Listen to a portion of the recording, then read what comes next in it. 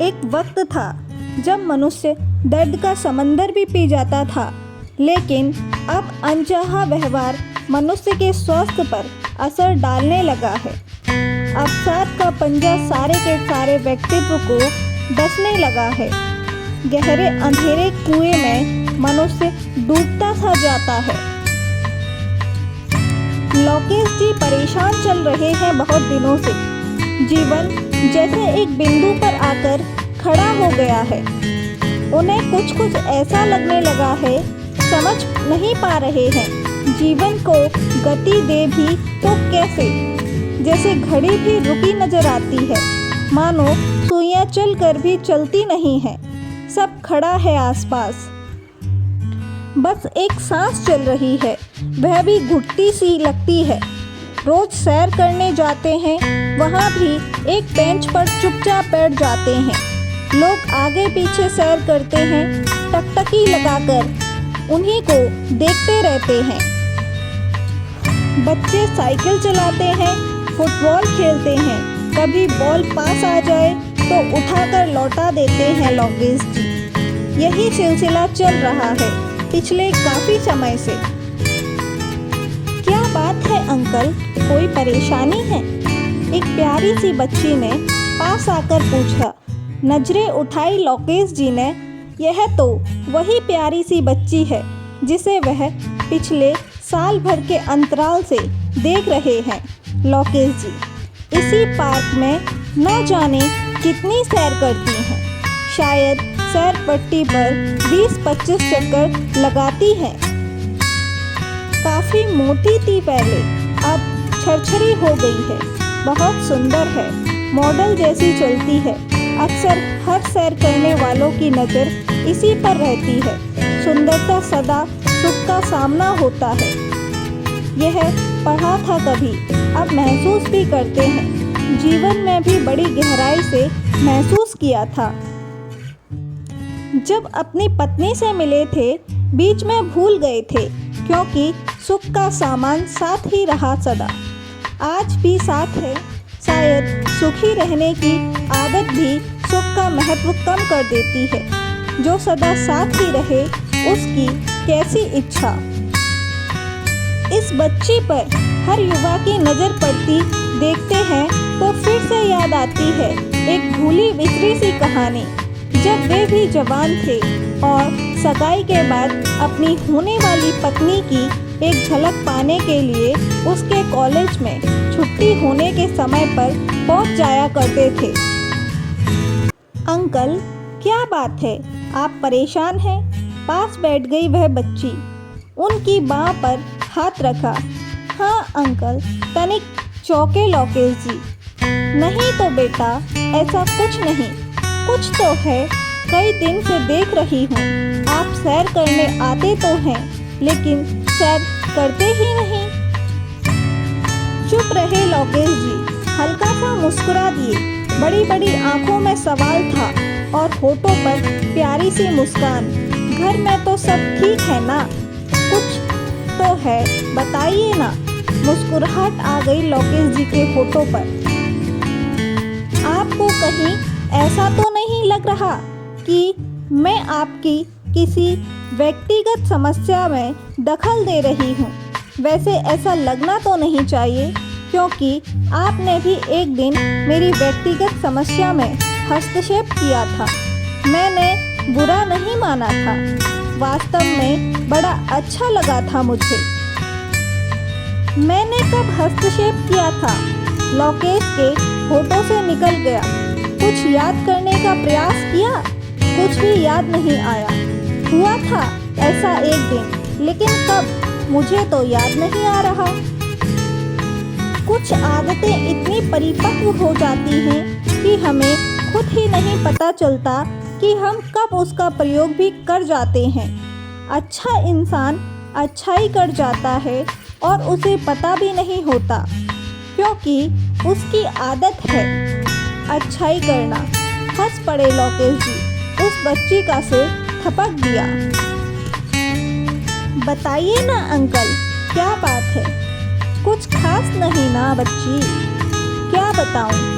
तो फिर उठिए, सैर कीजिए, चुपचाप क्यों बैठे हैं? सैर पट्टी पर ना कीजिए, यही घास पर कीजिए, मैं भी आपके साथ साथ चलती हूँ। उठ पड़े लोकेश जी, वह भी साथ साथ चलने लगे, बातें करने लगे और एक दूसरे के विषय में जानने लगे। पता चला उसके पिता अच्छी नौकरी से रिटायर हुए हैं। एक बहन है जिसकी शादी हो चुकी है। तुम्हारा नाम क्या है बच्चे? नेहा। बड़ी अच्छी बातें करती है नेहा, बड़ी समझदारी से हर बात का विश्लेषण भी कर जाती।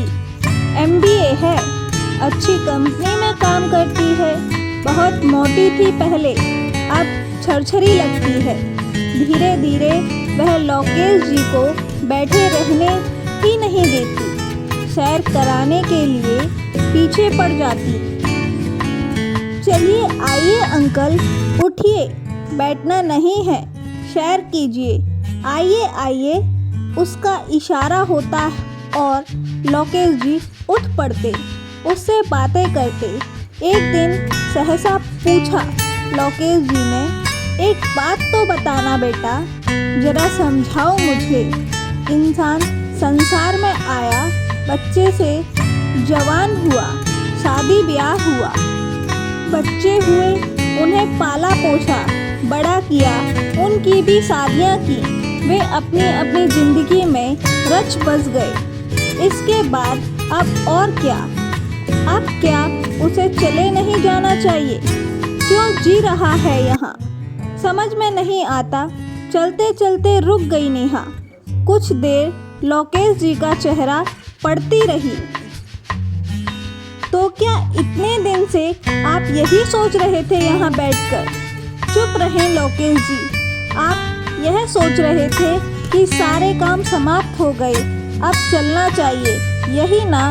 मगर जाएंगे कहाँ? क्या अपनी मर्जी से आए थे जो अपनी मर्जी से चले भी जाएंगे? कहाँ जाएंगे बताइए? उस जहान का रास्ता मालूम है क्या? कौन सा जहान? वहीं जहाँ आप और मेरे पापा चले जाना चाहते हैं। ना जाने कब से बोरिया बिस्तर बांधकर तैयार बैठे हैं, मानो टिकट हाथ में है। जैसे ही गाड़ी आएगी लपक कर चढ़ जाएंगे, बिना बुलाए ही चले जाएंगे क्या? सुना है यमराज जी आते हैं लेने, जब आएंगे चले जाना शान से। अब उन साहब के इंतजार में समय क्यों बर्बाद करना? चैन से जीना नहीं आता क्या? चैन से कैसे जिए जाए? चैन से कैसे जिए? मतलब सुबह उठिए, अखबार के साथ एक कप चाय पीजिए, नाश्ता कीजिए, अपना समय है ना। रिटायरमेंट के बाद कोई बंधन नहीं, सारी उम्र मेहनत की है। क्या चैन से जीना आपका अधिकार नहीं? या चैन से जीना आता ही नहीं? क्या परेशानी है? अपने पापा को भी इसी तरह डांटती हो? तो क्या करूं, जब देखो ऐसी ही उदासी भरी बातें करते हैं। अब मेरी मम्मी तो है नहीं जो उन्हें समझाए। क्षण भर को चौंक गए लोकेश जी। सोचने लगे कि उनके पास पत्नी का साथ तो है, लेकिन उसका सुख भी गवा रहे हैं वे। नेहा के पिता के पास तो वह सहारा भी नहीं। चलिए कल इतवार है ना, आप हमारे घर पर आइए, बैठकर गपशप करेंगे। अपने घर का पता बताइए। पता बताया लोकेश जी ने। फिर अवाक रहने के अलावा कुछ नहीं सूझा। उनका फ्लैट 25 नंबर और इनका 12। घरों की पिछली दीवारें मिलती हैं।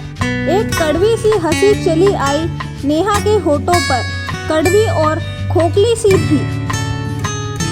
फेसबुक पर हजारों मित्र हैं मेरे, शायद उससे भी कहीं ज़्यादा मेरा सुख मेरा दुख पढ़ते हैं वे। मैं उनका पढ़ती हूँ और बस डब्बा बंद, सूरत गायब। वे अनजान लोग मुझे शायद ही कभी मिले हैं। ज़रूरत पड़ने पर वे कभी काम नहीं आएंगे, क्योंकि वे बहुत दूर हैं। आप उस दिन काम आए थे जब सैर पट्टी पर एक छिछोरा बार बार मेरा रास्ता काट रहा था। आपने उसका हाथ पकड़ उसे किनारे किया था और मुझे समझाया था कि अंधेरा हो जाने के बाद शहर को ना आया करूं। आप मेरे इतने पास हैं और मुझे खबर तक नहीं है। आंखें भर आई थी नेहा की। सच ही तो सोच रही है, हजारों दोस्त हैं जो लैपटॉप की स्क्रीन पर हैं, सुनते हैं, सुनाते हैं। पड़ोस में कोई है उसका पता नहीं, क्योंकि संसार से फुर्सत ही नहीं है। पड़ोसी का हाल कौन पूछे। अपने आप में ही इतने बंद से हो गए हैं कि जरा सा किसी ने कुछ कह दिया कि आहत हो गई। अपनी खुशी का दायरा इतना छोटा है कि किसी एक की भी कड़वी बात बीमार ही करने लगी। यूँ तो हजारों दोस्तों की भीड़ है, लेकिन सामने बैठकर बात करने वाला एक भी नहीं जो कभी गले लगा कर एक सुरक्षात्मक भाव प्रदान कर सके। यही बातें उदास करती हैं मुझे नेहा। आज की पीढ़ी जिंदा इंसानों से कितनी दूर होती जा रही है। सारे संसार की खबर रखते हैं, लेकिन हमारे पड़ोसी कौन हैं नहीं जानते। हमारे साथ वाले घर में कौन रहता है पता ही नहीं हमें। अमेरिका में क्या हो रहा है पता ना चले तो स्वयं को पिछड़ा हुआ मानते हैं। हजारों मीलों पर क्या है जानने की इच्छा है हमें। पड़ोसी 4 दिन से नजर नहीं आया, हमें फिक्र नहीं होती, और पता चलता है हफ्ते भर से ही मरा पड़ा है, तो भी हमारे चेहरे पर दुख का भाव नहीं आते। हम कितने संवेदनहीन हैं। अपने बच्चों को इतना डरा कर रखते हैं कि किसी से बात नहीं करने देते। आस पड़ोस में कहीं आना जाना नहीं। फ्लैट्स में या पड़ोस में कोई रहता है, बच्चे स्कूल आते जाते कभी घंटी बजा देते हैं। बूढ़ा बूढ़ी का हालचाल ही पूछ ले, लेकिन नहीं, ऐसा लगता है हम जंगल में रहते हैं। आसपास इंसान नहीं जानवर रहते हैं। हर इंसान डरा हुआ अपने ही खोल में बंद है। कहते कहते चुप हो गए लोकेश जी। उनका जमाना कितना अच्छा था, सबसे आशीर्वाद लेते थे, सबकी दुआएं मिलती थी।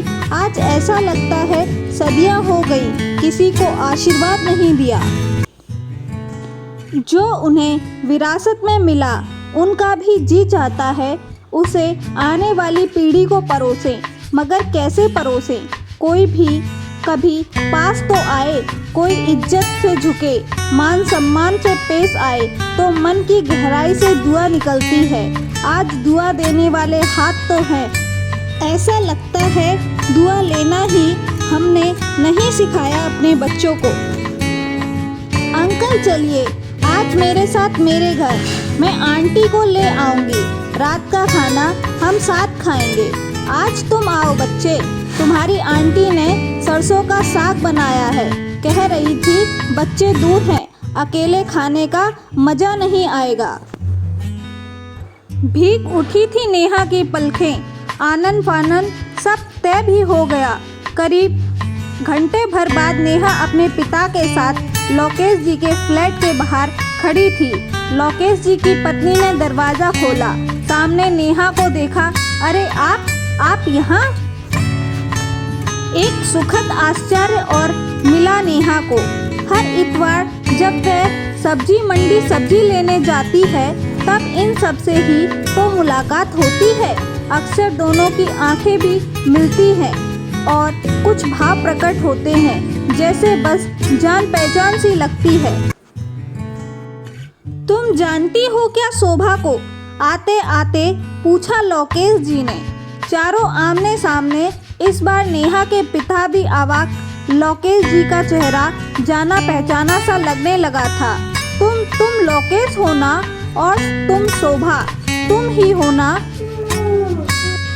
बहुत पुराने मित्र आमने सामने खड़े थे। नेहा मूर्ख दर्शन बनी पास खड़ी थी। अनजाने ही पुराने मित्रों को मिला दिया था उसने। शोभा ने हाथ पकड़कर नेहा को भीतर बुलाया। मित्रों का गले मिलना संपन्न हुआ और शोभा नेहा को एक टक निहारना देर तक चलता रहा। मक्के की रोटी के साथ सरसों का साग उस दिन ज़्यादा ही स्वादिष्ट लगा। देखिए ना आंटी, आपका घर इस ब्लॉक में है और हमारा उस ब्लॉक में। 2 साल हो गए हमें यहाँ आए। आप तो शायद पिछले 5 साल से यहाँ हैं, कभी मुलाकात ही नहीं हुई। यही तो आज की पीढ़ी को मिल रहा है बेटा, अकेलापन और अवसाद। मशीनों से घिर गए हैं हम। जो समय बचता है उसमें हम टीवी देखते हैं या लैपटॉप पर दुनिया से जुड़ जाते हैं। इंसानों को पढ़ना अब आता किसे है? ना तुम किसी को पढ़ते हो, ना कोई तुम्हें पढ़ता है। भावना तो आज अर्थहीन है। भावुक मनुष्य तो मूर्ख है। आज के युग में फिर सिकवा कैसा? अपनत्व और स्नेह अगर आज दोगे नहीं तो कल पाओगे कैसे? यह तो प्रकृति का नियम है। जो आज परोसोगे वही तो कल पाओगे। चुपचाप सुनती रही नेहा। सच ही तो कह रही है शोभा आंटी। नई पीढ़ी को यदि अपना आने वाला कल सुखद और मीठा बनाना है तो यही सुख और मिठास आज परोसना भी पड़ेगा, वरना वह दिन दूर नहीं जब हमारे आसपास मात्र मशीनें ही होंगी, चलती फिरती मशीनें, मानवीय रोबोट, मात्र रोबोट। शोभा आंटी बड़ी प्यारी, बड़ी ममतामयी सी लगी नेहा को। मानो सदियों से जानती हो वे इन्हें। वह शाम बड़ी अच्छी रही। लोकेश और शोभा देर तक नेहा और उसके पिता से बातें करते रहे। उस समय जब शायद नेहा का जन्म भी नहीं हुआ था, तब दोनों परिवार साथ साथ थे। नेहा की माँ अपने समय में बहुत सुंदर मानी जाती थी। मेरी मम्मी बहुत सुंदर थी ना, आपने तो उन्हें देखा था ना? क्यों, क्या तुमने नहीं देखा? बहुत हल्का सा याद है।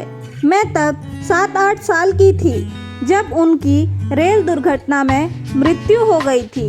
मैं उनकी गोद में ही थी। वे चली गई थी और मैं रह गई। यह देखिए उस दुर्घटना की निशानी। माथे पर गहरा लाल निशान दिखाया नेहा ने। माँ के हाथ की चूड़ी धंस गई थी उसके माथे की हड्डी में। वह आगे बोली, पापा ने बहुत समझाया कि प्लास्टिक सर्जरी करवा लो। यह दाग अच्छा नहीं लगता, मेरा मन नहीं मानता। माँ की निशानी है ना, इसे कैसे मिटा दूँ? नेहा का स्वर भीग गया। मेज का सामान उठाते उठाते शोभा के हाथ रुक गए। प्यारी सी बच्ची माथे की चोट में भी माँ को पा लेने का सुख खोना नहीं चाहती। वह दिन बीता और उस दिन के बाद न जाने कितने दिन।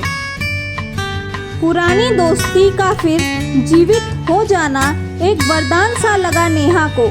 अब उसके पापा पहले की तरह उदास नहीं रहते और लोकेश अंकल भी उदास से पार्क की बेंच पर नहीं बैठते।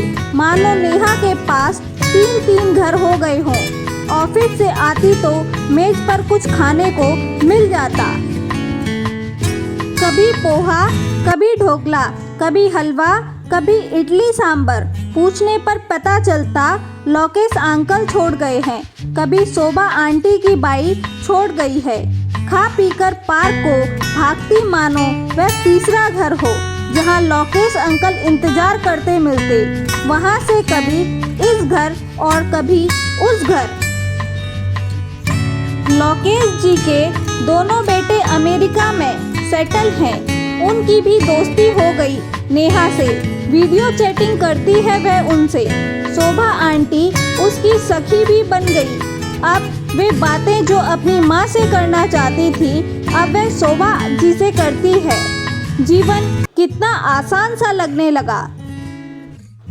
उसके पापा भी अब उस जहान में जाने की बातें नहीं करते जिसका किसी को पता ही नहीं।